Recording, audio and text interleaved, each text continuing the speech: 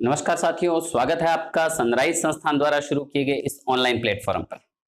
मैं आपका सहयोगी योगेश कुमार भारतीय राज्य व्यवस्था की अगली क्लास लेकर के और सबसे महत्वपूर्ण क्लास लेकर के आप सभी के समक्ष उपस्थित हूं। आज की हमारी जो क्लास है उसका जो सबसे महत्वपूर्ण बिंदु है वो है मौलिक अधिकार। मौलिक अधिकार टॉपिक को लेकर के हम बात करेंगे।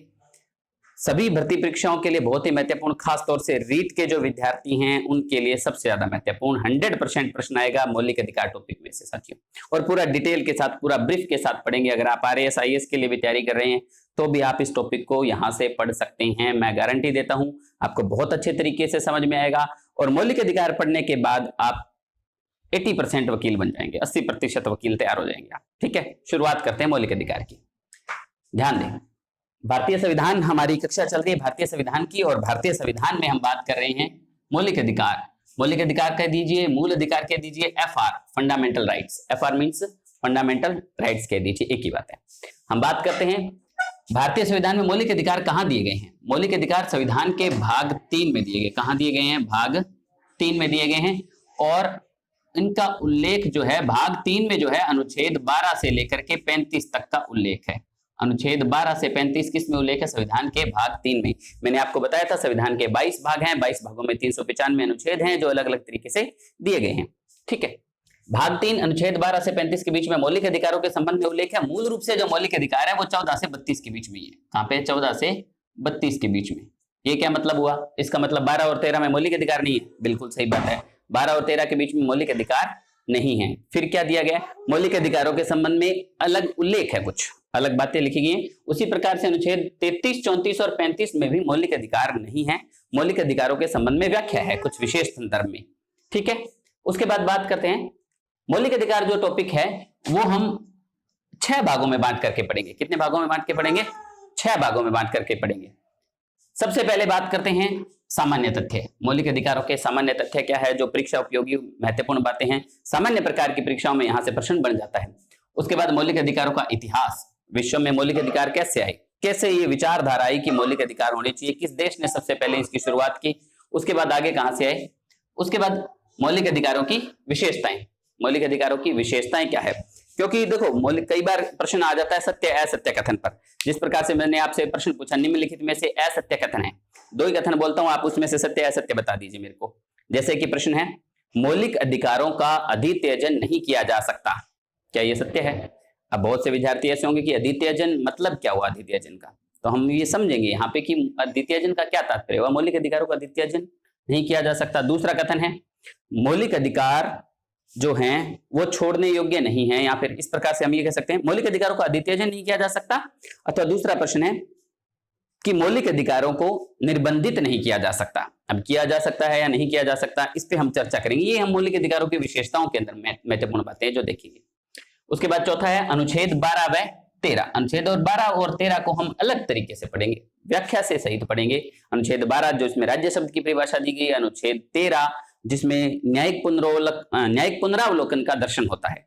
न्यायिक पुनरावलोकन शब्द हमारे संविधान में नहीं है, लेकिन उससे संबंधित जो क्रिया है, प्रक्रिया है, वो अनुच्छेद 13 में परिलक्षित होती है, दिखाई देती है। वहां पर चर्चा करेंगे।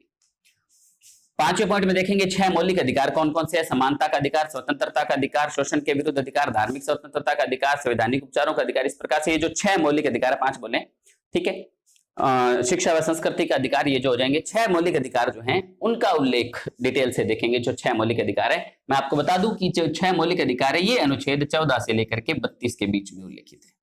इसीलिए मैंने लिखा कि मौलिक अधिकार जो 14 से 32 में, 12-13 में अलग बातों का उल्लेख है, 33, 34, 35 में अलग बातों का उल्लेख है। छठा पॉइंट है अनुच्छेद 33, 34, 35 जो संसद को और विभिन्न प्रकार के अधिकार देती है मौलिक अधिकारों के संबंध में। अनुच्छेद 33, 34, 35 जो है इनके अलग से व्याख्या देखेंगे। मार्शल लॉ के समय क्या होता है, किन लोगों पर मौलिक अधिकार लागू नहीं होता, खुफियागिरी से जुड़े हुए लोगों पे क्या होता है, सेना के लोगों पे क्या होता है, किस प्रकार से होता है, वो मौलिक अधिकारों की मांग कर सकते हैं या नहीं कर सकते, इन सभी चीजों पे चर्चा करेंगे।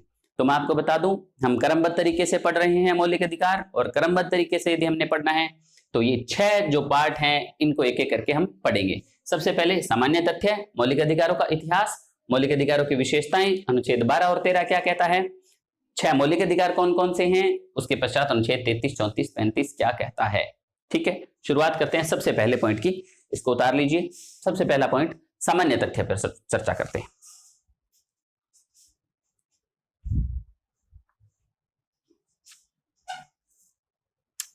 बात करते हैं सबसे पहले सामान्य तथ्य पे।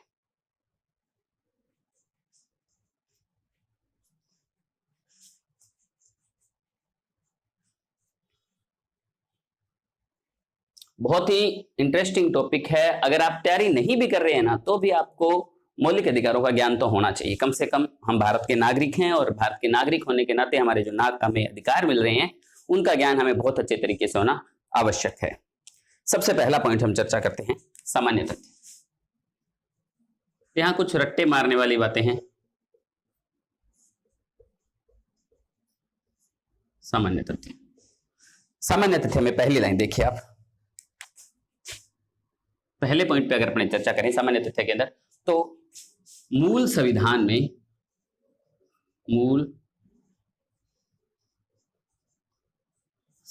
में मौलिक अधिकारों की संख्या FR की संख्या कितनी है? सबसे पहला प्रश्न है, मूल संविधान में मौलिक अधिकारों की संख्या कितनी है? तो 7। मूल संविधान कौन सा? मूल संविधान वह संविधान जो 26 जनवरी 1950 को लागू हुआ था। वह संविधान जो 26 जनवरी 1950 को लागू हुआ था वह मूल संविधान है। आज जो संविधान है वो अपनी मूल प्रवृत्ति में नहीं रहा है, उसमें बहुत से संशोधन हो चुके, 104 संशोधन हो चुके अब तक संविधान में ना। तो ये जो अब तक कितने संशोधन हो गए तो वो मूल नहीं रहा। तो मूल संविधान में कितने मौलिक अधिकार थे? 7। कहां पर थे ये मौलिक अधिकार? 7 दिए थे मूल संविधान के भाग 3 में ये मौलिक अधिकार दिए गए थे।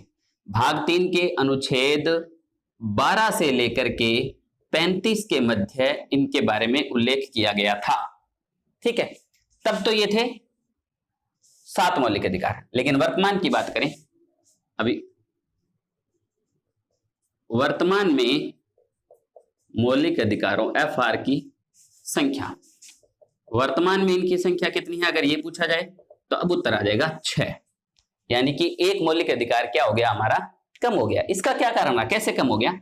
यानी कि क्या हुआ? 7 - 1 बराबर, ये से यहां लिख दूं मैं, वर्तमान में मौलिक अधिकारों की संख्या 7 - 1 बराबर 6। यानी कि एक मौलिक अधिकार कम हो गया। यानी अनुच्छेद 12 से 35 के बीच में कोई एक ऐसा अनुच्छेद था जिसमें कोई मौलिक अधिकार दिया हुआ था, जो क्या कर दिया गया? समाप्त कर दिया गया, खत्म कर दिया गया। कैसे किया गया, क्या किया गया, उस पर बात करते हैं। इसके नीचे नोट लगा के लिखेंगे अपने, नोट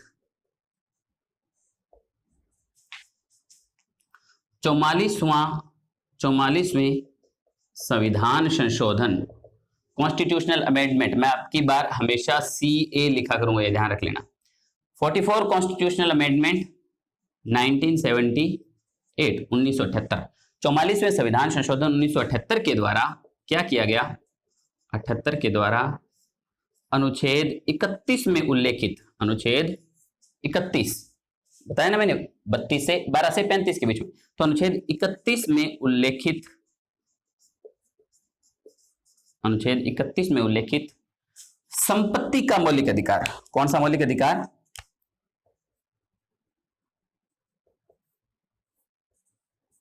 संपत्ति का मौलिक अधिकार जो था पहले कि पिता की संपत्ति पर, पूर्वजों की संपत्ति पर उत्तराधिकारी का ही अधिकार होगा 100%।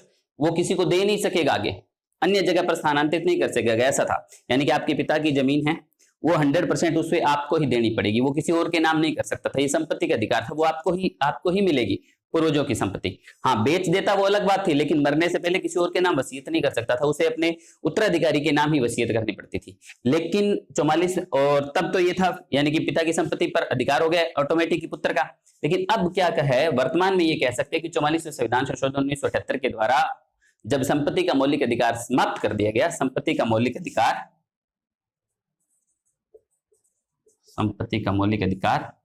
समाप्त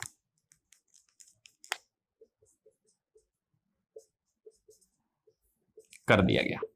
यानी कि अब क्या है, हालांकि माता पिता कभी भी अपने बच्चों का बुरा नहीं चाहते, वो उन्हीं को देख करके जाते हैं संपत्ति। लेकिन बाई चांस अगर औलाद जो है, बच्चे जो हैं वो ज्यादा ही खराब निकल जाएं, तो भैया ये हो सकता है कि बापू आपकी जमीन किसी और को दे दे। ठीक है, तो सेवा पानी करो, ध्यान रखो उनका। वैसे भी रखना चाहिए हालांकि, लेकिन इसका भी पूरा ध्यान। तो ये संपत्ति का मौलिक अधिकार जो था वो 44वें संविधान संशोधन 1978 के द्वारा क्या कर दिया? समाप्त कर दिया गया, ये ध्यान रख लें। अब बात करते हैं कहां उल्लेख था इसका? अनुच्छेद 31 में उल्लेख था। ठीक है, संपत्ति का मौलिक अधिकार कौन से संविधान संशोधन द्वारा? 44वें संविधान संशोधन 1978 के द्वारा इसको समाप्त कर दिया गया। 4 और 4 8, ये मैं बहुत बार बता चुका हूं। ठीक है, अब बात करते हैं तो अब कहां है ये फिर? क्या अब कोई संपत्ति का अधिकार नहीं है? संपत्ति का अधिकार है, लेकिन अब एक मौलिक अधिकार नहीं है। ध्यान रखें, वर्तमान में संपत्ति का अधिकार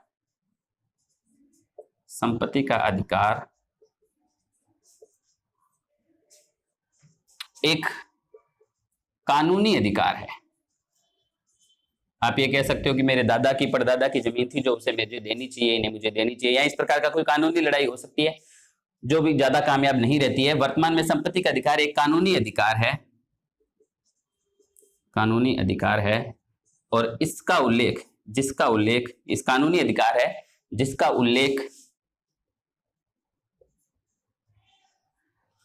उल्लेख अनुच्छेद 300 क में किया गया। ध्यान दें, यहां पर ये बहुत बार प्रश्न बनता है कि सर ये कानूनी अधिकार है, मूल अधिकार है, विधिक अधिकार है, ये क्या है? बहुत बार बच्चों को ये कंफ्यूज हो जाता है कि मैं इसे कानूनी अधिकार लिखूं या विधिक अधिकार बताऊं, इन दोनों में से क्या बताया जाए। तो यहां इस बात का आप ध्यान रखें, अगर ऑप्शन में कानूनी अधिकार आता है, विधिक अधिकार ऑप्शन में नहीं आता, तब तो आप कानूनी कर दो। लेकिन यदि ऑप्शन में लिखा आ जाए विधिक अधिकार,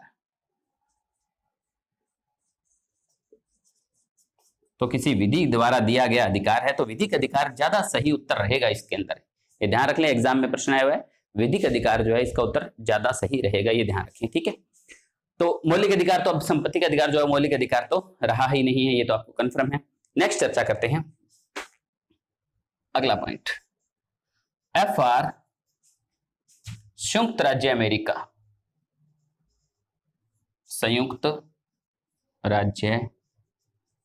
अमेरिका, इसे आप बोल सकते हैं USA, United state of America. Donald Trump जिसका वर्तमान में राष्ट्रपति है, संयुक्त राज्य अमेरिका के संविधान से लिए गए।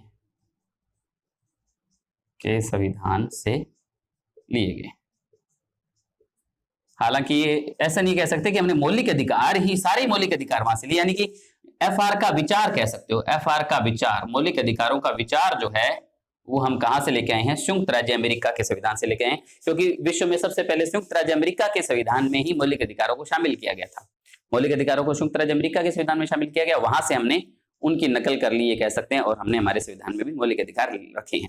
ठीक है, उसके बाद देखो विशेषताओं के अंदर अगर अपने बात करें तो मूल रूप से ये इतनी ही बातें हों, सामान्य तथ्यों में बात करें तो मूल रूप से इतनी ही बातें हैं। मौलिक अधिकार का उल्लेख कहाँ है? संविधान में उल्लेख कहाँ है? अगर ये प्रश्न आ जाए सीधा सा, संविधान में उल्लेख कहाँ है, तो इसको हम ये कह सकते हैं संविधान में इनका उल्लेख है भाग 3 में, संविधान के भाग 3 में और अनुच्छेद 12 से 35 में। ठीक है, ये मौलिक अधिकारों के बारे में उल्लेख करता है। मौलिक अधिकार कहां पे है? अनुच्छेद 14 से 32 में। जो 6 मौलिक अधिकार है हमारे वर्तमान में, उनका उल्लेख 14 से 32 के बीच में, ये ध्यान रखें। ठीक है, एक दो सामान्य तथ्यों में एक बात और लिख लेते हैं, यहां लिख रहा हूं मैं, आप नीचे लिख लेना। क्या कह सकते हो आप? मौलिक अधिकारों को भाग 3 को, इसके नीचे लिखेंगे आप, भाग 3 को भारतीय संविधान का मैग्ना कार्टा कहा जाता है। भारतीय संविधान का मैग्ना कार्टा कहा जाता है। मैग्ना कार्टा, खास कोमा इनवर्टेड कोमा में लिख लीजिए, मैग्ना कार्टा कहा जाता है। अब ऐसा क्यों है, क्यों कहा जाता है भारतीय संविधान का मैग्ना कार्टा? अभी हम मौलिक अधिकारों का इतिहास पढ़ेंगे, जिसके अंदर मैं आपको ये बताऊंगा। ये बात हुई हमारी सामान्य तथ्य पे, मौलिक अधिकारों के सामान्य तथ्य पे। थोड़ा सा रिपीट कर देता हूं। मूल संविधान में मौलिक अधिकारों की संख्या 7, वर्तमान में मौलिक अधिकारों की संख्या 7 - 1 = 6। एक कम कब हुआ? 44वें संविधान संशोधन 1978 के द्वारा अनुच्छेद 31 में उल्लेखित जो संपत्ति का मौलिक अधिकार था, उसे क्या कर दिया गया? समाप्त कर दिया गया। वर्तमान में संपत्ति का अधिकार जो है वो एक कानूनी अधिकार के रूप में उल्लेखित है, और अभी ये संपत्ति का अधिकार कहां पर है? अनुच्छेद 300 कै में, अनुच्छेद 300 कै में इसका उल्लेख है। ठीक है, और मौलिक अधिकार का विचार किस देश से लिया गया? संयुक्त राज्य अमेरिका से लिया गया, यूएसए से लिया गया। ध्यान दो, यहाँ भी बहुत से ऐसे मेरे विद्यार्थी हैं जिन्हें कई बार कंफ्यूजन हो जाता है कि sir USA, USA, UNO, UAE, ये क्या है? थोड़ा सा मैं इनके बारे में भी प्रकाश डाल देता हूं। ध्यान दें, यूएनओ यूनाइटेड नेशन ऑर्गेनाइजेशन, संयुक्त राष्ट्र संघ, संयुक्त राष्ट्र संघ, ये सभी देशों का एक समूह है। वर्तमान में 193 में भी 193 सदस्य देश है इसके। ठीक है, और यूएनओ जो है वो एक संगठन है, ये एक कोई देश नहीं है यूएनओ। ठीक है, सभी देश इसके सदस्य बने हुए हैं। द्वितीय विश्व युद्ध के पश्चात इसका गठन हुआ था यूएनओ का। इसके बारे में अपने बाद में कभी चर्चा करेंगे। 24-25 अक्टूबर 1945 को यूएनओ, यूनाइटेड नेशन ऑर्गेनाइजेशन, ये क्या है? एक देशों का संगठन है। ठीक है, अब बात करते हैं USA, United state of America, ये एक देश है। यूनाइटेड स्टेट ऑफ अमेरिका, संयुक्त राष्ट्र संघ, संयुक्त राज्य अमेरिका, यूएसए। ठीक है, उसके बाद बात करते हैं यूएस, यूनाइटेड स्टेट, सीधा लिखा आ जाए यूनाइटेड स्टेट, तो ये इंग्लैंड की बात हो रही है। यूएस कह दीजिए, ब्रिटेन कह दीजिए, इंग्लैंड कह दीजिए। हालांकि इनमें भी थोड़ा थोड़ा डिफरेंस है, ज्योग्राफिकल डिफरेंस है, लेकिन एक बार समझने के लिए आप यूएस कहा है, ब्रिटेन कहा है, ये सॉरी यूएस नहीं, यूके, सॉरी यूएस नहीं, यूके, यूके कह दीजिए, ब्रिटेन कह दीजिए, इंग्लैंड कह दीजिए, एक ही बात है। यूके यानी यूनाइटेड किंगडम, यूनाइटेड किंगडम यानी इंग्लैंड के बारे में बात हो रही है, ब्रिटेन के बारे में बात हो रही है। यूएनओ, यूएसए, यूके और यूएई, यूएई यानी यूनाइटेड अरब अमीरात, यूनाइटेड अरब अमीरात, संयुक्त अरब अमीरात की बात हो रही है। तो यहां पर भी ये एक देश की बात हो रही है, संयुक्त अरब अमीरात, जिसकी राजधानी है संयुक्त अरब अमीरात की अबू धाबी, जिसका प्रमुख शहर है दुबई, है ना, बुर्ज खलीफा जहां बनी हुई है, यूएई। तो ये एक देश है, ये एक देश है, ये एक देश है, और ये एक देशों का संगठन है। थोड़ा सा ये ध्यान रखें, यहाँ कंफ्यूजन नहीं होना चाहिए आपको। बहुत सा मैटर हमारे संविधान में जो लिया गया वो यूके, ब्रिटेन या इंग्लैंड के संविधान से लिया गया, लेकिन मूल अधिकारों की अगर हम बात कर रहे हैं तो वो यूएसए के संविधान से लिया गया है। ठीक है, अब हम अगले पॉइंट पे चर्चा करते हैं। हमारा दूसरा पॉइंट, मौलिक अधिकारों का इतिहास। ठीक है,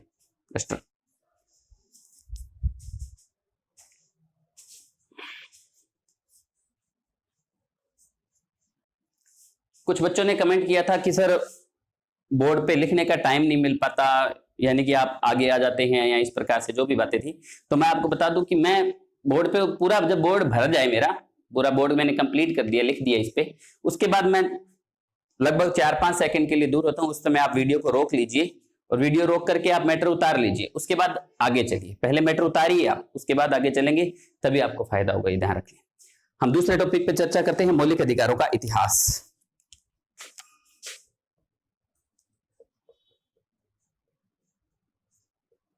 एफआर का इतिहास, मौलिक अधिकार। मौलिक अधिकारों का इतिहास हम दो तरीके से पढ़ेंगे साथियों, ध्यान दें।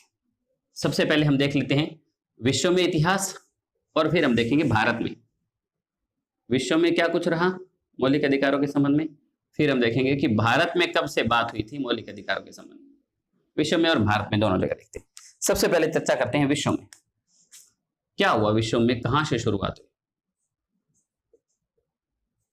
देखो, अंग्रेजी ब्रिटिश बुद्धि जो है वो विश्व में अपना लोहा मनवाती है। ब्रिटिश बुद्धि का लोहा माना जाता है पूरे विश्व के अंदर। ये लोकतंत्र की परिभाषाएं, संसदात्मक शासन, ये बहुत सी ऐसी चीजें हैं, संघवाद, ये सब हमें इंग्लैंड के लोगों की देन है, पूरे विश्व को इंग्लैंड के लोगों की देन है। ठीक है, तो मौलिक अधिकार भी पूरे विश्व के अंदर बात करें तो शुरुआत सबसे पहले इंग्लैंड से हुई थी। कैसे बात करते हैं, देखो यहाँ आपको कुछ सन है जो मैं आपको क्रम वाइज लिख देता हूं, और उसके बाद उनके बारे में चर्चा करते हैं। ठीक है, सबसे पहले बात करें 1215 ईस्वी। 1215 ईस्वी क्या हुआ था उसमें भी चर्चा करेंगे। उसके बाद बात करें 1658 ईस्वी, उसके बाद बात करें 1789 ईस्वी, उसके बाद बात करेंगे 1791 ईस्वी। ठीक है, और लास्ट बात करेंगे, दिखाई दे रहा है लास्ट नीचे तक, यहां से नीचे तक, हाँ ठीक है, 10 दिसंबर 1948 ये देखिए इतने सन हमने थोड़ा सा ध्यान पे लिए। सबसे पहले 1215 ईस्वी को क्या हुआ, फिर 1658 ईस्वी को, 1789 ईस्वी को, 1791 को और 10 दिसंबर 1948 को। मौलिक अधिकारों के संबंध में ये विश्व के अंदर ये 5 सन याद करने हैं आपने, 1215, 1658, 1789, 1791 और 10 दिसंबर 1948। 1215 ईस्वी में क्या हुआ था, इंग्लैंड के राजा सर जॉन ने, इंग्लैंड के राजा थे उस समय सर जॉन ने स्वेच्छा से, अपनी इच्छा से, ध्यान देना वहां पर कोई दबाव नहीं हुआ। इंग्लैंड में लोकतंत्र भी बिना कोई मारकाट, बिना कोई क्रांति के लोकतंत्र आ गया था। राजा ने स्वेच्छा से अपना पद छोड़ दिया, कहता भी अब ठीक है, जनता जिसको चुनेगी प्रधानमंत्री चुनो और अपना शासन संभालो, राजा नहीं करेगा शासन, अपनी स्वेच्छा से छोड़ा था राजा ने वहां। इंग्लैंड के राजा सर जॉन ने 1215 में क्या किया, स्वेच्छा से इंग्लैंड की जनता को, इंग्लैंड की जनता को कुछ अधिकार दिए। ये मैं यहां मौलिक अधिकार नहीं कहूंगा, सीधा लिखूंगा कि कुछ अधिकार दिए। उन्हीं की परिणति वर्तमान में मौलिक अधिकार के रूप में है। कुछ अधिकार दिए, इन्हें मैग्ना कार्टा कहा गया। इन्हें क्या कहा गया, इन्हें मैग्ना कार्टा। इन अधिकारों को क्या कहा गया था, इन्हें मैग्ना कार्टा कहा गया। इंग्लैंड के राजा के द्वारा जो इंग्लैंड की जनता को कुछ अधिकार दिए गए, उन्हें क्या कहा गया, मैग्ना कार्टा कहा गया, मैग्ना कार्टा कहा गया। ठीक है, और इसीलिए भारतीय संविधान में जो अधिकार हैं, इसीलिए भारतीय संविधान के भाग 3 को, भारतीय संविधान के भाग 3 को क्या कहा जाता है, भाग 3 को मैग्ना कार्टा कहा जाता है, क्योंकि उसमें भी मौलिक अधिकार हैं, भाग 3 में भी मौलिक अधिकार हैं। समझ में आई बात? इसीलिए भाग 3 को क्या कहा जाता है, भारतीय संविधान का मैग्ना कार्टा कहा जाता है। उसके बाद 1658 ईस्वी में क्या हुआ, इसके बारे में चर्चा करते हैं। इसमें क्या किया गया, इंग्लैंड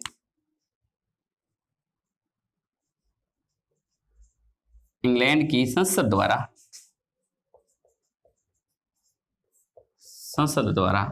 ध्यान देना वो तो राजा ने दिए थे, बाद में संसद बन गई इंग्लैंड में। इंग्लैंड की संसद, इंग्लैंड में संसद को क्या कहा जाता है, पार्लियामेंट। हमारे लिए अंग्रेजी का शब्द है पार्लियामेंट, और संसद को इंग्लैंड में पार्लियामेंट कहते हैं। एक महत्वपूर्ण प्रश्न कि अमेरिका में संसद को क्या कहते हैं, खास प्रश्न, अमेरिका में संसद को क्या कहा जाता है, कांग्रेस। संसद का नाम है वहां पर कांग्रेस। ठीक है, ये ध्यान रखें, हमारे यहाँ पार्टी है कांग्रेस। इंग्लैंड की संसद द्वारा 1658 ईस्वी में क्या हुआ, इंग्लैंड की संसद के द्वारा बिल ऑफ राइट्स पारित किया गया।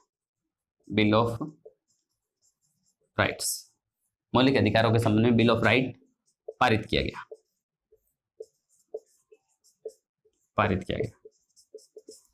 1789 ईस्वी में क्या हुआ, फ्रांस के शासक हुए थे लुई 16वां। वहां ये लुई के नाम से राजा बनते थे। लुई 14वां जो था वो काफी प्रसिद्ध हुआ था, जिसने कहा था मैं ही ईश्वर हूं, मैं ही राजा हूं, मेरे शब्द ही कानून है, जो मैंने बोल दिया वही कानून है। लुई 14वें के शब्द थे ये फ्रांस के।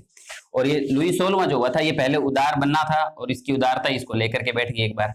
फ्रांस के शासक लुई 16वें ने फ्रांस की जनता को अधिकार प्रदान किए। यहां से शुरुआत होती है कि जनता को भी कुछ दिया जाए, जनता को भी कुछ अधिकार दिए जाएं। केवल राजा के पास ही केवल अधिकार नहीं होने चाहिए, कुछ ऐसी बातें होनी चाहिए जो चाहे कोई भी आ जाए, जनता से वो अधिकार नहीं छीनेंगे, चाहे कुछ भी हो जाए। तो ऐसा भी कुछ होना चाहिए ना जनता के पास। ठीक है, तो फ्रांस की जनता को अधिकार दिए, लुई 16वें ने अधिकार प्रदान किए, जिन्हें प्राकृतिक अधिकार की संख्या दी गई, जिन्हें प्राकृतिक अधिकार कहा गया। फ्रांस के द्वारा जो शासक द्वारा दिए गए जो अधिकार थे, उन्हें प्राकृतिक अधिकार कहा गया, जिन्हें प्राकृतिक अधिकार कहा। और इन्हीं अधिकारों का उल्लंघन करने के कारण, इन्हीं अधिकारों को छीनने के कारण फ्रांस के शासक लुई 16वें को फांसी की सजा दे दी गई थी। फ्रांस का सजाए मौत मिली थी फ्रांस के शासक लुई 16वें को। फ्रांस में क्रांति हो गई थी, आपको मे भी कन्फर्म होगा 1775 के बाद फ्रांस के अंदर क्रांति होगी थी, क्रांति सॉरी 89 के बाद ही 1790 के बाद, सॉरी, ठीक है। 1790 के बाद जो ये क्रांति हुई उसके बाद उसमें फ्रांस के शासक लुई 16 को क्या दे दी गई, फांसी की सजा दे दी गई थी। अब बात करते हैं 1791 ईस्वी में अमेरिका के संविधान में, अमेरिका के संविधान में मौलिक अधिकारों को शामिल किया गया, FR को शामिल किया गया। मैं आपको बता दूं अमेरिका भी इंग्लैंड का उपनिवेश था, इंग्लैंड के लोगों का शासन था, इंग्लैंड का शासन था अमेरिका पर। अमेरिका की क्रांति भी, अमेरिका क्रांति नीचे नोट लगा के लिख लेना, अमेरिका की क्रांति भी कब हुई, 1775 से मे बी 1783, हाँ जी 1775 से 1783 के बीच अमेरिका में क्रांति। 1783-84 के अंदर अमेरिका आज़ाद हो गया, स्वतंत्र हो गया खुद, और उसके बाद उसने अपना संविधान लिखा। अमेरिका का संविधान विश्व का सबसे छोटा संविधान है, केवल 7 ही अनुच्छेद हैं उसमें, ये बताया गया है, और उसमें भी मौलिक अधिकारों को शामिल किया गया है, और वहीं से हमारे देश में मौलिक अधिकारों की विचार आया था।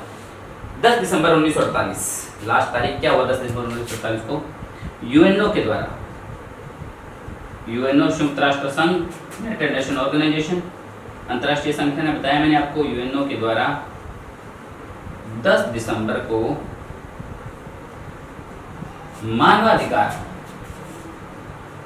मानवाधिकारों की घोषणा की गई, मानवाधिकारों की घोषणा। 10 दिसंबर को क्या किया गया, मानवाधिकारों की घोषणा की गई। 10 दिसंबर को मानवाधिकार, मानव के अधिकार होने चाहिए जो भी है, ठीक है। और 10 दिसंबर को ही क्या मनाया जाता है, मानवाधिकार दिवस मनाया जाता है। मानवाधिकार दिवस कब मनाया जाता है, 10 दिसंबर को। मानवाधिकार दिवस कब मनाया जाता है, 10 दिसंबर को, ठीक है। ये हुआ विश्व में मौलिक अधिकारों के इतिहास, ठीक है। दोबारा बता देता हूँ, 1215 इंग्लैंड के राजा सर जॉन ने स्वेच्छा से इंग्लैंड की जनता को जो अधिकार दिए उन्हें मैग्ना कार्टा कहा गया। भारतीय संविधान के भाग 3 को मैग्ना कार्टा कहा जाता है। 1658 में इंग्लैंड की संसद यानी पार्लियामेंट के द्वारा बिल ऑफ राइट पारित किया गया। 1789 में फ्रांस के शासक लुई 16 ने फ्रांस की जनता को कुछ अधिकार प्रदान किए जिन्हें प्राकृतिक अधिकार कहा गया। 1791 ईस्वी में अमेरिका के संविधान में मौलिक अधिकारों को शामिल किया गया। अमेरिका इंग्लैंड का गुलाम था। 1775 से 1783 के बीच में वहां पर स्वतंत्रता संग्राम हुआ था। 10 दिसंबर 1948 को यूएनओ के द्वारा 10 दिसंबर को मानवाधिकार घोषणा की गई थी, और इसीलिए 10 दिसंबर को क्या मनाया जाता है, विश्व मानवाधिकार दिवस मनाया जाता है। अब बात करते हैं भारत में मौलिक अधिकारों का इतिहास। ये विश्व में मौलिक अधिकारों के इतिहास पे चर्चा हुई हमारी। अब भारत के अंदर मौलिक अधिकारों का क्या कुछ इतिहास रहा, उस पर चर्चा करेंगे।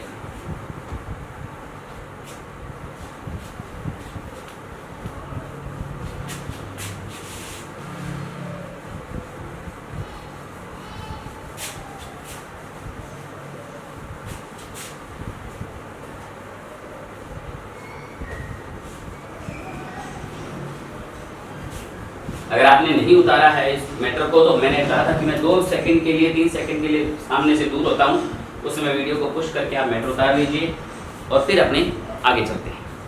अब बात करते हैं वापस आगे भारत में मौलिक अधिकारों की। भारत में इतिहास,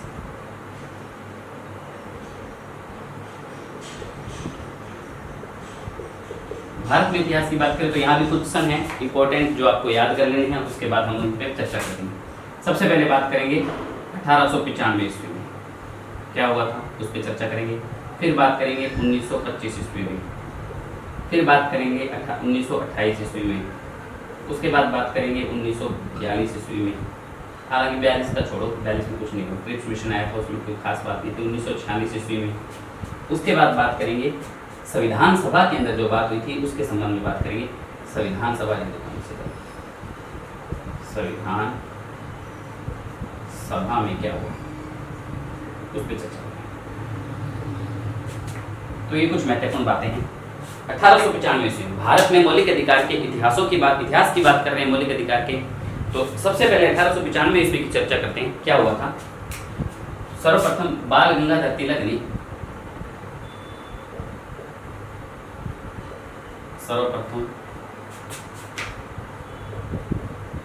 बाल गंगाधर तिलक ने इनका एक विधेयक आया था 1895 में जिसका नाम था स्वराज्य विधेयक, है ना। तिलक ने अपने स्वराज्य विधेयक, स्वराज या स्वराज्य विधेयक में मौलिक अधिकारों की मांग की। तो भारत में सर्वप्रथम मौलिक अधिकारों की मांग किसने की थी? बाल गंगाधर तिलक ने। भारत में सर्वप्रथम मौलिक अधिकारों की मांग किसने की थी? बाल गंगाधर तिलक ने, ठीक है। FR की मांग की। कंप्लीट बात। उसके बाद बात करते हैं, आगे नोट लगा के लिख सकते हैं। नोट, भारत में सर्वप्रथम, भारत में सर्वप्रथम सबसे पहले मांग होती है बाल गंगाधर जी तिलक के द्वारा, ठीक है। उसके बाद दूसरा 1925 ईस्वी में क्या हुआ था? 1925 ईस्वी में Shrimati Annie Besant, Annie Besant नाम सुना होगा आपने भारतीय इतिहास के अंदर श्रीमती एनी बेसेंट का। 1925 ईस्वी में श्रीमती एनी बेसेंट ने होम रूल आंदोलन के माध्यम से, भारत में होम रूल आंदोलन के दो प्रणेता थे, एनी बेसेंट और बाल गंगाधर तिलक, दोनों ने इसके लिए प्रयास किया था। होम रूल आंदोलन के माध्यम से, होम रूल आंदोलन के माध्यम से मौलिक अधिकारों की मांग रखी, FR की मांग रखी। ध्यान देना, एनी बेसेंट ने होम रूल आंदोलन के माध्यम से मौलिक अधिकारों की मांग की थी 1925 में। मैं थोड़ी सी चर्चा एनी बेसेंट के बारे में कर लेता हूँ, नोट लगा के लिख लीजिए। कहाँ से थी? ये एक आयरिश महिला थी। कौन सी? आयरिश। आयरिश का तात्पर्य क्या हुआ? कहाँ से थी? आयरलैंड से थी, क्योंकि आयरलैंड भी उस समय इंग्लैंड का गुलाम था, इंग्लैंड का उपनिवेश था। आयरलैंड चाहता था कि पूरे विश्व से इंग्लैंड का उपनिवेशवाद जो है वो समाप्त हो, इसलिए वो अलग अलग जगह जाकर के प्रयास कर रहे थे किसी माध्यम से। ये एक आयरिश महिला थी, आयरिश महिला थी, ठीक है। आयरलैंड के लोगों ने इंग्लैंड के खिलाफ एक कार्यक्रम चला रखा था जिसका नाम था थियोसॉफिकल सोसाइटी, ठीक है। भारत में थियोसॉफिकल सोसाइटी का जो पहला केंद्र था वो कहाँ खोला गया था? अंडमान निकोबार में, ठीक है। और इसी थियोसॉफिकल सोसाइटी के सदस्य के रूप में एनी बेसेंट जो थी वो भारत आई थी। ये थियोसॉफिकल, मैं आपको दोबारा बता देता हूँ क्या थी थियोसॉफिकल सोसाइटी। आयरलैंड के द्वारा इंग्लैंड के खिलाफ चलाया गया एक अभियान। थियोसॉफिकल सोसाइटी के पूरे विश्व में अलग अलग जगह केंद्र थे। भारत में इसका पहला जो केंद्र खोला गया था वो अंडमान निकोबार में खोला गया, बाद में मद्रास में खोला गया, ठीक है। फिर भारत में अलग अलग जगह इसके केंद्र बने और इसी थियोसॉफिकल सोसाइटी के सदस्य के रूप में एनी बेसेंट आयरलैंड से भारत आई थी। ये थियोसॉफिकल सोसाइटी की सदस्य थी,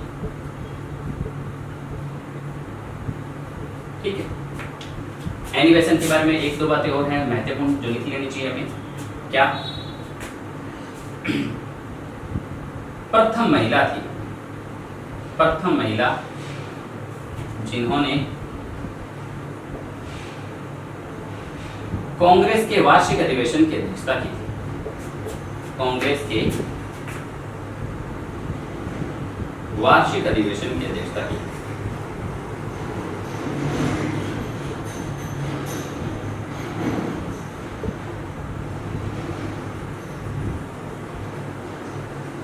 प्रथम महिला जिन्होंने कांग्रेस के वार्षिक अधिवेशन की अध्यक्षता की थी वो कौन थी? श्रीमती एनी बेसेंट, ठीक है। ये बात हुई एनी बेसेंट के बारे में। अब हम वापस अपने मौलिक अधिकार के टॉपिक पर चर्चा करते हैं। आप इसको थोड़ा सा उतार लीजिएगा पहले, ठीक है, क्योंकि जगह कम है। फिर मैं 1928 के बारे में बताऊंगा आपको, ठीक है। एनी बेसेंट के बारे में चर्चा होगी। आयरिश महिला थी, थियोसॉफिकल सोसाइटी से थी और प्रथम महिला जिन्होंने कांग्रेस के वार्षिक अधिवेशन की अध्यक्षता की। 3 ही महिलाएं हुई थी जिन्होंने स्वतंत्रता से पूर्व कांग्रेस के वार्षिक अधिवेशनों की अध्यक्षता की थी, ठीक है। 1928 में क्या हुआ? मोतीलाल नेहरू द्वारा, मोतीलाल जी नेहरू थे, मोतीलाल जी नेहरू द्वारा प्रस्तुत नेहरू रिपोर्ट में भी अगस्त 1928 में प्रस्तुत की थी। ये मोतीलाल नेहरू द्वारा प्रस्तुत नेहरू रिपोर्ट, ये भारत के वायसराय ने जब टिप्पणी की थी, मैं बता देता हूँ इसकी नेहरू रिपोर्ट की कहानी। भारत के वायसराय ने कहा था उस समय कि भारतीय गंवार है, भारतीयों को अगर हमने खुला छोड़ दिया, भारतीयों को हमने अगर आज़ाद कर दिया, हम यहाँ से अगर चले गए तो भारतीय जो हैं वो आपस में लड़ करके मर जाएंगे, इनके पास कोई सिस्टम ही नहीं है, अपने देश को कैसे चलाएंगे। तब मोतीलाल नेहरू और कुछ विद्वानों ने मिलकर के इस बात को स्वीकार किया और उन्होंने एक खाका तैयार किया, एक प्रकार से संविधान का ये कह सकते हो आप, एक ब्रॉड लेवल पर एक सिस्टम तैयार किया कि हम इस तरह से हमारे देश को चलाएंगे, आप छोड़ के जाइए हमारे देश को। उसे क्या कहा गया था? नेहरू रिपोर्ट। मोतीलाल जी नेहरू के द्वारा नेहरू रिपोर्ट प्रस्तुत नेहरू रिपोर्ट में भी मौलिक अधिकारों का उल्लेख किया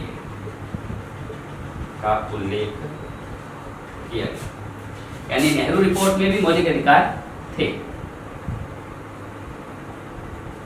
ओके। 1946 में क्या हुआ? कैबिनेट मिशन भारत आएगा। एक दो मिशन बहुत ही इंपॉर्टेंट है, 1942 का क्रिप्स मिशन, 1942 का क्रिप्स मिशन और 1946 का कैबिनेट मिशन। ठीक है, अपने 1946 वाले पे बात कर रहे हैं, ध्यान दें। 1946 के कैबिनेट मिशन में, 1946 के कैबिनेट मिशन जो भारत आया था अंग्रेजों की तरफ से भारत के लिए संविधान सभा का निर्माण करने के लिए, कैबिनेट मिशन में तेज बहादुर सप्रू समिति, तेज बहादुर नाम के व्यक्ति थे, उनके नाम से समिति का गठन हुआ था, तेज बहादुर सप्रू समिति। कैबिनेट मिशन में तेज बहादुर सप्रू समिति, तेज बहादुर सप्रू समिति ने संविधान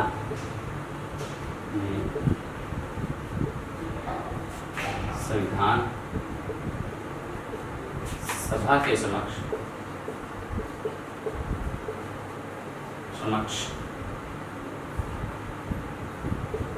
FR की मांग रखी, मौलिक अधिकारों की मांग रखी। दोबारा सुने, 1946 के कैबिनेट मिशन,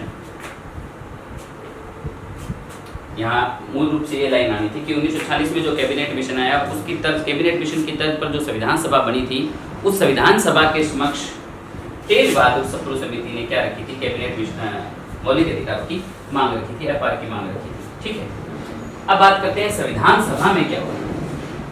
सबसे पहले प्रश्न ये आता है, यदि कि संविधान सभा के समक्ष मौलिक अधिकारों की मांग किसने रखी? तो आ जाएगा तेज बहादुर सप्रू समिति।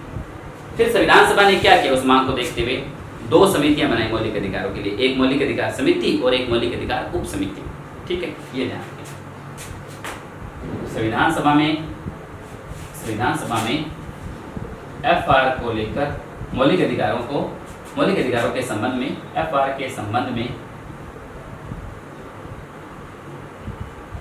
में दो समितियां बनाएगी, दो समितियां, कमेटी, COMMITTEE कमेटी, दो समितियां बनाई।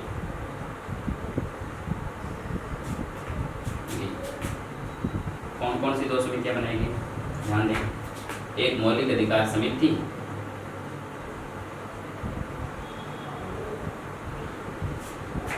सरदार पटेल मौलिक अधिकार समिति, सरदार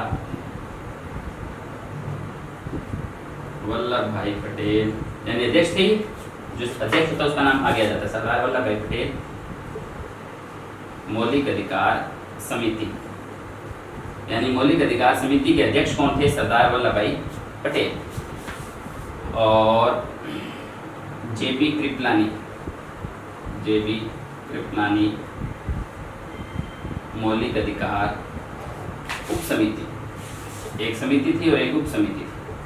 JB कृपलानी मौलिक अधिकार उप समिति और सरदार वल्लभ भाई पटेल मौलिक अधिकार समिति, ये दो समितियां बनाई गई संविधान सभा के द्वारा मौलिक अधिकारों के संबंध में कि मौलिक अधिकार बताओ कौन कौन से होने चाहिए, कौन कौन से मौलिक अधिकार रखे हैं हमारे संविधान में, हमारी जनता को हम कौन कौन से मौलिक अधिकार दें, इसके लिए ये 2 समितियां बनाई। और नीचे लिख लेना, इन्हीं समितियों की सिफारिश पर क्या किया गया, इन्हीं समितियों की सिफारिश पर संविधान के भाग 3 में मौलिक अधिकार शामिल किए गए। लिख देता हूं, इन्हीं समितियों की सिफारिश पर, इन्हीं समितियों की सिफारिश पर, यहाँ सुझाव पर कह सकते, सिफारिश पर या सुझाव पर संविधान के भाग 3 में FR को शामिल किया गया, मौलिक अधिकार को शामिल किया गया।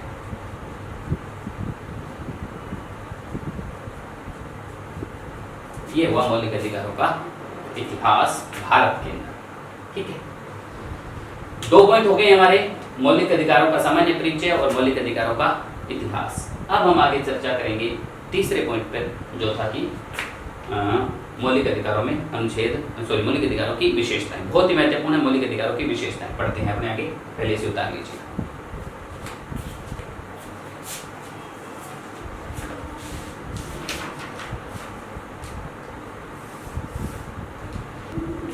ठीक है, नेक्स्ट चर्चा करते हैं मौलिक अधिकारों की विशेषताओं पे।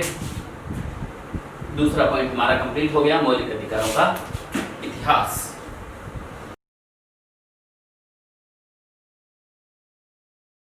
दोबारा बात करते हैं मौलिक अधिकारों की विशेषताओं पे। अगला टॉपिक है हमारा FR की विशेषताएं। FR की विशेषताएं क्या कुछ है विशेषताएं? सबसे पहले पॉइंट पे चर्चा करते हैं। नंबर 1, मौलिक अधिकार FR संविधान द्वारा प्रदत्त, मौलिक अधिकार संविधान द्वारा प्रदत्त यानी दिए गए संविधान द्वारा प्रदत्त विशेष अधिकार हैं। मौलिक अधिकार संविधान द्वारा प्रदत्त विशेष अधिकार हैं। क्या तात्पर्य हुआ? मौलिक अधिकार संविधान द्वारा प्रदत्त विशेष अधिकार है, यानी कि हमें जो फंडामेंटल राइट्स हमारे हैं, जो वर्तमान में हमारे पास जो 6 मौलिक अधिकार हैं, वो हमें किसके द्वारा दिए गए? वो संविधान के द्वारा दिए गए, और संविधान हमारे देश में सर्वोच्च है, तो इसलिए ये विशेष हो गए, विशेष अधिकार है। ठीक है। दूसरा पॉइंट, FR यानी मौलिक अधिकारों का अधित्यजन नहीं किया जा सकता। अधित्यजन, इसका क्या तात्पर्य होता है अभी समझते हैं। अधित्यजन नहीं किया जा सकता।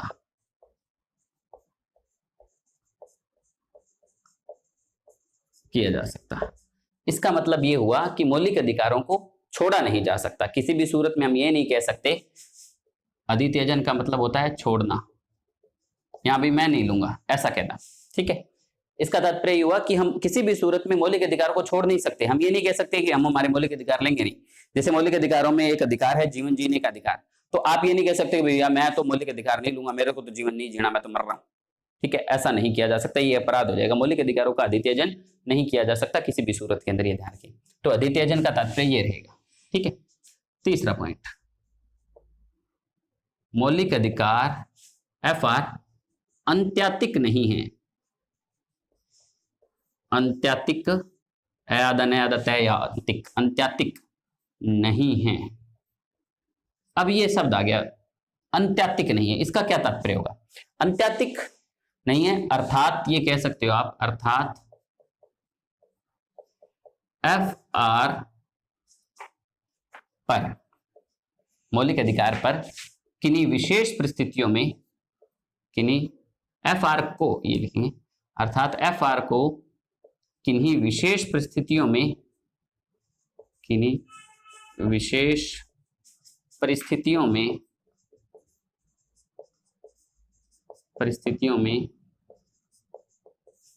FR को किन्हीं विशेष परिस्थितियों में निर्बंधित किया जा सकता है।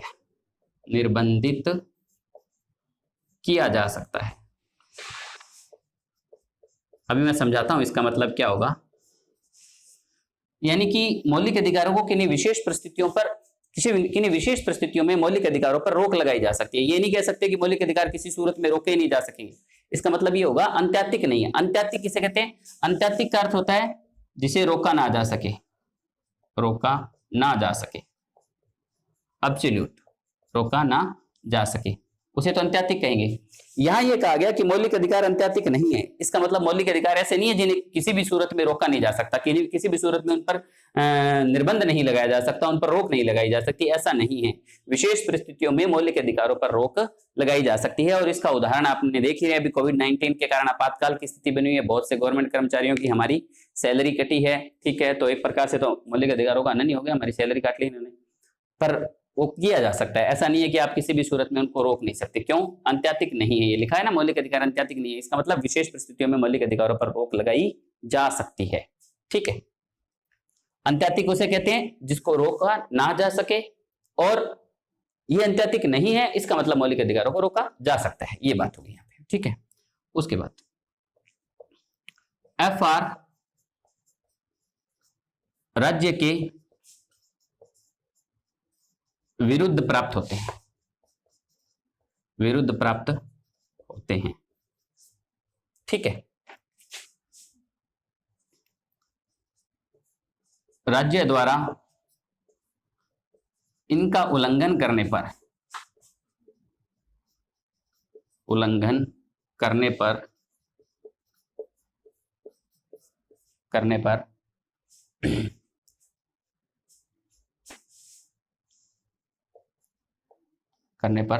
न्यायालय द्वारा, न्यायालय में सुनवाई की जा सकती है। न्यायालय द्वारा या न्यायालय में सुनवाई की जा सकती है। ये लाइन देखिए, ये मौलिक अधिकारों की एक विशेष विशेषता है कि मौलिक अधिकार जो है वो राज्य के विरुद्ध प्राप्त होते हैं। राज्य कौन? सरकार। सरकार कौन? केंद्र में नरेंद्र मोदी जी की सरकार और राज्य में अशोक गहलोत जी की सरकार। ये लोग कोई ऐसा काम नहीं करेंगे, सरकार के द्वारा, राज्य के द्वारा कोई ऐसा काम नहीं किया जाएगा जो मौलिक अधिकारों का उल्लंघन करता हो। और यदि कोई ऐसा काम किया जाता है तो उनके विरुद्ध न्यायालय में सुनवाई हो सकती है, न्यायालय में केस हो सकता है। अगर कोई सरकार ऐसा करती है तो आपने बहुत से सुने होंगे, केशवानंद भारती बनाम भारत सरकार, है ना, जो बहुत से प्रकार के विवाद है वो सरकार के खिलाफ, इंदिरा साहनी बनाम भारत सरकार, ये बहुत से विवाद हुए मौलिक अधिकारों को लेकर के। मौलिक अधिकारों को लेकर के लोग कोर्ट में चले गए, ठीक है। राज्य के द्वारा या सरकार के द्वारा जब कोई ऐसा कार्य किया गया जो उन्हें लगा कि हमारे मौलिक अधिकारों का हनन करता है, ऐसी परिस्थिति में न्यायालय में सुनवाई हो सकती है। इसीलिए कहा गया कि मौलिक अधिकारों जो है वो राज्य के विरुद्ध प्राप्त हैं, ठीक है। तो क्या सारे मौलिक अधिकार राज्य के विरुद्ध प्राप्त हैं? क्या राज्य ही ऐसा, राज्य के अलावा क्या व्यक्ति ऐसा कर सकता है कि कोई मौलिक अधिकारों का हनन होता रहे? राज्य तो ऐसा कुछ नहीं करेगा जिससे मौलिक अधिकारों का हनन हो। क्या व्यक्ति ऐसा कर सकता है जिससे मौलिक अधिकारों का हनन हो? नहीं। कुछ मौलिक अधिकार ऐसे भी हैं जो व्यक्ति के विरुद्ध प्राप्त हैं, ठीक है। यहां मोस्ट लगा के लिख लेना। लगभग सभी मौलिक अधिकार राज्य के विरुद्ध तो है ही हैं, लेकिन कुछ मौलिक अधिकार हैं व्यक्तियों के विरुद्ध। अब यहां व्यक्तियों और नागरिकों में भी फर्क समझेंगे। व्यक्तियों के विरुद्ध प्राप्त मौलिक अधिकार, व्यक्तियों के विरुद्ध प्राप्त मौलिक अधिकार जो खास तौर से व्यक्तियों के विरुद्ध है। व्यक्ति कोई ऐसा काम नहीं करेगा जिससे मौलिक अधिकारों का हनन होता है। उन मौलिक अधिकारों का, कौन से? व्यक्तियों के विरुद्ध प्राप्त जो मौलिक अधिकार हैं वो आएंगे 15(2), 17, 23 और 24। देखो इनमें क्या उल्लेखित है उससे आप अच्छे से समझ जाएंगे कि ये व्यक्तियों के विरुद्ध कैसे है। 15(2), कोई व्यक्ति किसी भी भारतीय नागरिक के साथ इस प्रकार का व्यवहार नहीं करेगा जिससे जाति, लिंग, जन्म स्थान आदि के आधार पर भेदभाव होता हो। 17, इसमें भी भेदभाव को रोका गया, व्यक्ति कोई ऐसा व्यवहार नहीं करेगा जिससे भेदभाव, अस्पृश्यता दिखती हो। 23 और 24 में शोषण के विरुद्ध अधिकार है, तो कोई व्यक्ति किसी दूसरे नागरिक का, भारतीय नागरिक का शोषण नहीं करेगा। तो ये व्यक्तियों के विरुद्ध प्राप्त मौलिक अधिकार है, ठीक है। मूल रूप से वो राज्य के विरुद्ध है। अब ध्यान देना, व्यक्तियों के विरुद्ध का तात्पर्य क्या हुआ? व्यक्तियों के विरुद्ध का मतलब हुआ व्यक्ति में कौन आता है? व्यक्ति में भारत के नागरिक भी आ जाएंगे और वो भी आ जाएंगे जो भारत के नागरिक नहीं है लेकिन भारत में रह रहे हैं। वो नागरिक और व्यक्ति में फर्क होता है, ध्यान दें। व्यक्ति तो भारत में रहने वाले सभी प्रकार के लोग, चाहे वो किसी भी देश का है, चाहे उसके पास भारत की नागरिकता है या नहीं है, व्यक्ति में तो वो सब आ जाएंगे। और नागरिक में केवल वही आएगा जिसके पास भारत का पहचान पत्र है, जो भारत का नागरिक है, ठीक है। अगला पॉइंट, केवल भारतीय नागरिकों को प्राप्त मौलिक अधिकार, केवल भारतीय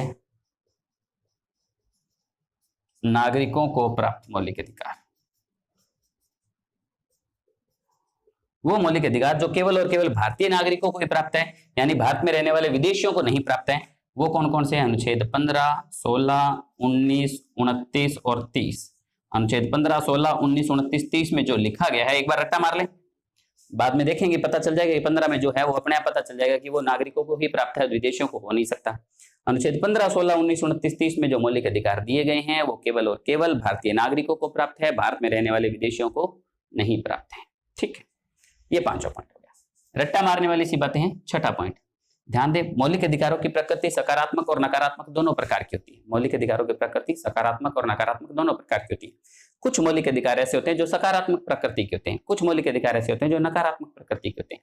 इसमें क्या डिफरेंस है? कौन कौन से मौलिक अधिकार सकारात्मक है, कौन से नकारात्मक है, ये रट्टा मार लें बस सीधा सा। यहां मैं बता देता हूं, सकारात्मक प्रकृति के मौलिक अधिकार